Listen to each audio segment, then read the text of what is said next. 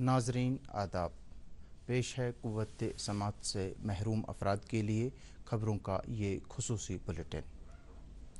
वज़ीर आज़म नरेंद्र मोदी ने कहा है कि भारत 2036 के ओलंपिक खेलों की मेज़बानी हासिल करने के लिए पूरी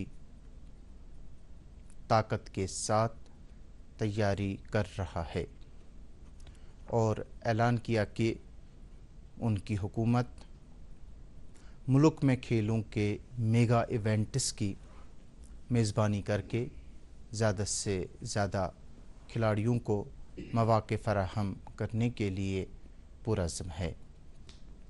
वाराणसी में मुनक्किदा 72वें सीनियर नेशनल वॉलीबॉल चैम्पियनशिप की इफ्तिताही तकरीब से वीडियो कॉन्फ्रेंसिंग के ज़रिए ख़िताब करते हुए वज़ीर आज़म ने कहा कि हुकूमत उभरते हुए खिलाड़ियों को ओलंपिक खेलों में हिस्सा लेने के लिए मौक़े फ़राहम कराने की हर मुमकिन कोशिश कर रही है और मुल्क भर में खेलो इंडिया जैसी स्कीमें टैलेंट को बरूए कार लाने में गेम चेंजर साबित हो रही हैं।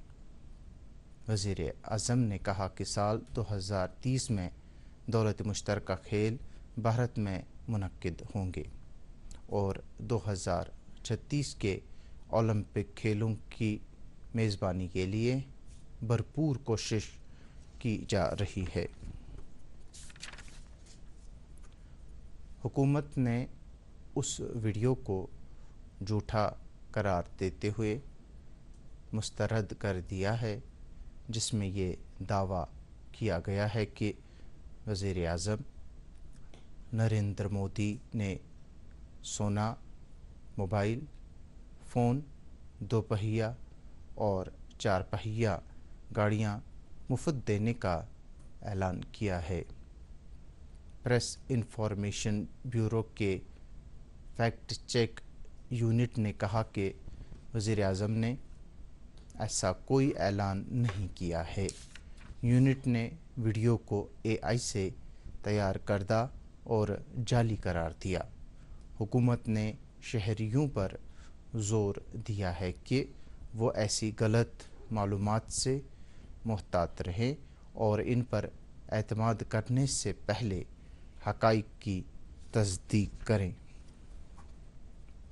लेफ्टिनेंट गवर्नर मनोज सिन्हा ने कल जनूबी कश्मीर के कई अज़ला से ताल्लुक़ रखने वाले 25 नौजवानों के एक ग्रुप को 10 रोज़ा तालीमी और सकाफ़ती दौरे के लिए रवाना किया। इस मौके पर LG ने नौजवानों के साथ बातचीत की और उन्हें नेक ख्वाहिशात पेश की। एक भारत श्रेष्ठ भारत के जज्बे को फ़रोग़ देने के लिए मकसद से ये नौजवान चंडीगढ़, हरियाणा और शिमला समेत मुल्क के मुख्तलिफ़ ख़ित्तों का दौरा करेंगे, जहां वो इन इलाक़ों के तमद्दुनी और सक़ाफ़ती पहलुओं से रोशनास होंगे। सिखों के 10वें गुरु और खालसा पंथ की बुनियाद डालने वाले गुरु गोबिंद सिंह की जयंती आज पूरे जम्मू कश्मीर में मनाई जा रही है। गुरु गोबिंद सिंह पटना में 1666 ईस्वी में पैदा हुए थे। उनकी जयंती के सिलसिले में तमाम गुरुद्वारों में सुबह से ही खुसूसी अरदास और शबद कीर्तन का एहतमाम किया जा रहा है। बड़ी तादाद में सिख श्रद्धालु गुरुद्वारों का रुख कर रहे हैं, जहां वो पूजा पाठ के अलावा लंगर भी चख रहे हैं। वज़ीर आला उमर अब्दुल्ला ने गुरुपूरब के मौके पर सिख बरादरी को मुबारकबाद पेश की है। उन्होंने गुरु गोबिंद सिंह जी को शानदार खराज अकीदत पेश करते हुए कहा कि गुरु जी ने हमेशा सच्चाई और यकजहती का दर्स दिया। All India institute of medical sciences نئی دلی نے OPD خدمات حاصل کرنے کے لیے اسپتال کے باہر انتظار کرنے والے مریضوں کے لیے عشرے کی سہولت کو فعال کر دیا ہے۔ یہ پہل جو سینٹرل ریزرو پولیس فورس کے تعاون سے شروع کی گئی ہے، OPD خدمات کے لیے راتوں کے دوران انتظار کرنے اور تکلیف کے چیلنجوں سے نمٹنے کے لیے مریضوں پر مرکوز دیکھ بھال کے لیے ایمز کے عزم کی عکاسی کرتا ہے۔ اس سہولت کے تحت ہر مریض کو ایک ٹوکن نمبر جاری کیا جاتا ہے اور اس بات کو یقینی بنایا جاتا ہے کہ اگلے دن OPD رجسٹریشن کے دوران اسی ترتیب کو برقرار رکھا جائے۔ میڈیا سے بات کرتے ہوئے ایمز کے ڈائریکٹر ڈاکٹر M سرینیواس نے کہا کہ اس عشرے کی سہولت میں مریضوں اور ان کے تیمارداروں دونوں کو مفت کھانا، کمبل اور حفظان صحت سے متعلق بیت الخلاء تک رسائی فراہم کی جاتی ہے۔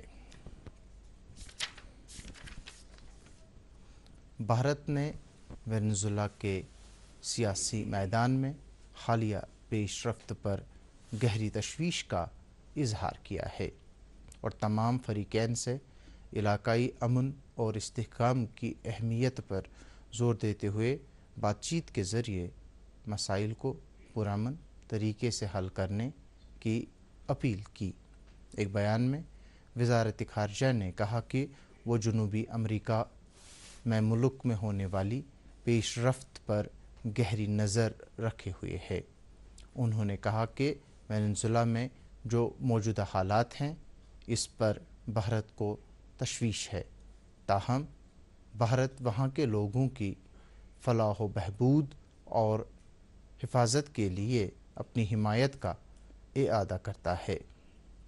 وزارت خارجہ نے بتایا کہ بھارت مطالبہ کرتا ہے کہ فریقین مسائل کو حل کرنے کے لیے بات چیت کا راستہ اپنائیں۔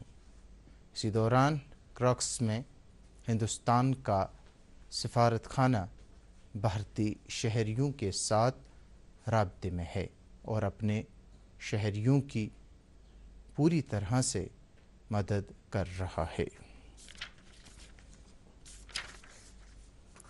دھند کے باعث حد نگاہ کم ہونے کی وجہ سے ملک کے مختلف حصوں میں بہت سی ٹرینوں کی آمد و رفت میں خلل پڑا ہے۔ ہندوستانی ریلوے کے مطابق تقریباً 11 ٹرینیں 2 گھنٹے سے زیادہ تاخیر کا شکار ہیں۔